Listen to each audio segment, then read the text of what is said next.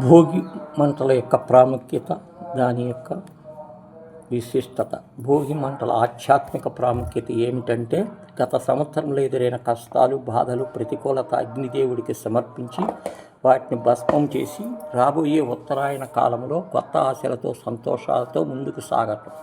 పాత అలవాట్లు, చెడు లక్షణాలను వదిలి నూతన ఉద్యోగంతో జీవితాన్ని గడపటం.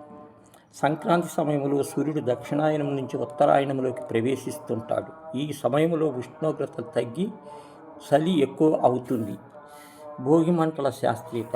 భగ అనే పదము నుంచి భోగి అన్న మాట పుట్టిందని చెబుతారు. భగ అంటే మంటలు లేదా వేడిని పుట్టించటం అని అర్థం. ఈ భోగి రోజు కొత్తకు ఆహ్వానం. భోగి నాడు తెల్లవారుజామునే లేచి భోగి మంటలు వేయటం ఆనవాయితీ. ఆవు పేడతో తయారైన పిడకలు, మామిడి, రావి, మేడి చెట్ల అవశేషాలు, తాటాకులు లాంటివి భోగి మంటల్లో వేస్తారు.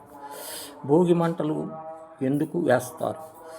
దీని ప్రకారము బలిచక్రవర్తి పాతాళానికి రాజుగా ఉండమని, సంక్రాంతి ముందు భూలోకానికి వచ్చి ప్రజలను ఆశీర్వదించమని చెప్పాట. అందుచేత సంక్రాంతి ముందు బలిచక్రవర్తి ఆహ్వానం పలికేందుకు భోగి మంటలు వేస్తారని పురాణాలు చెబుతాయి. భోగి మంటలు దేనికి ప్రతీక? భోగి మంటలు వెలిగించడానికి భక్తి చర్యగా చూడవచ్చు. పాతదనాన్ని మార్చి సబ్దుగా ఉన్న ప్రతి దాన్ని ప్రకాశవంతంగా చేసి మరియు కొన్ని శక్తిగా మార్చే అగ్నిశక్తి ప్రతీకగా గుర్తించడం. ఇక సేవ చేయని దానిని విడిచిపెట్టి విముక్తి రూపంలో జ్వాలకు చేస్తారు. భోగి మంటల బంధం.